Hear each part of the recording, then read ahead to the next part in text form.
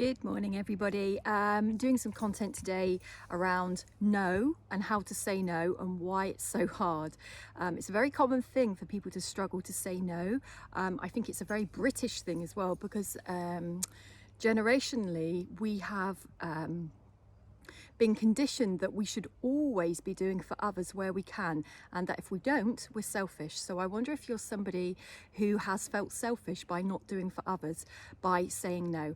I think just because we could do something for others doesn't mean we always should have to. We have to consider what we're actually saying yes to.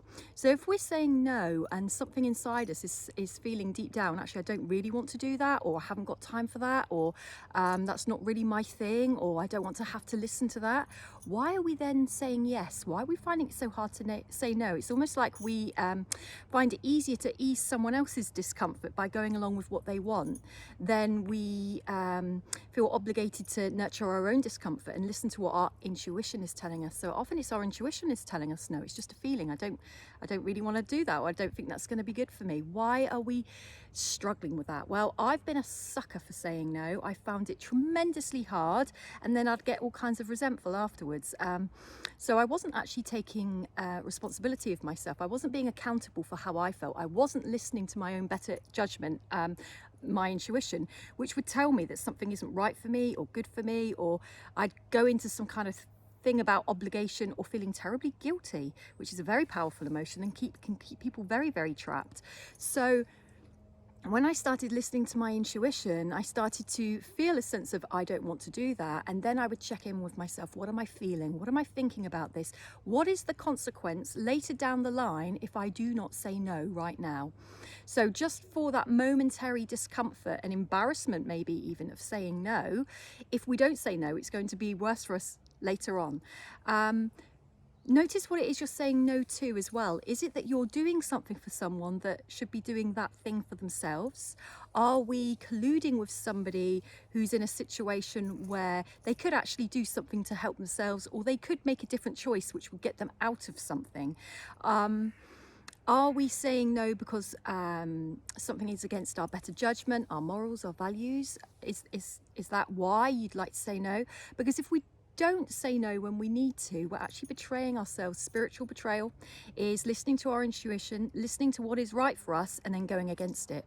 It'll always go wrong down the line if we ignore our intuition. Our intuition knows everything that our mind doesn't. Our intuition knows everything that is right for us and wrong for us, if we just choose to listen to it. But we struggle sometimes to listen to the intuition that might be saying, no, that's not going to be right for us. Because we can't decipher whether it's our mind or our intuition is a very common one, or because intuition doesn't give evidence. It's not scientific. It's not going to give you evidence as to why something isn't right for you. It's so simple. It's just a no. And if you can trust your higher self to understand that it's a no, I don't know why, I don't even need to know why, it's just not going to be right for me. What a simple way to live. We're not in here all the time. We're not confusing ourselves. We're not overthinking things, which can be hard. I'm extremely introverted with some extrovert too. And introversion means that we will often be in here a lot, but we can drop it down into our intuition. What am I feeling about this? Because it will be your get out of jail card instantly. Our intuition knows why things aren't good for us. Our intuition knows when we should say no. Are we actually helping somebody who should be helping themselves? Are we saying yes to something which is actually going to take valuable time of ours that we need for ourselves? Or are we at capacity? Are we depleted? Are we tired?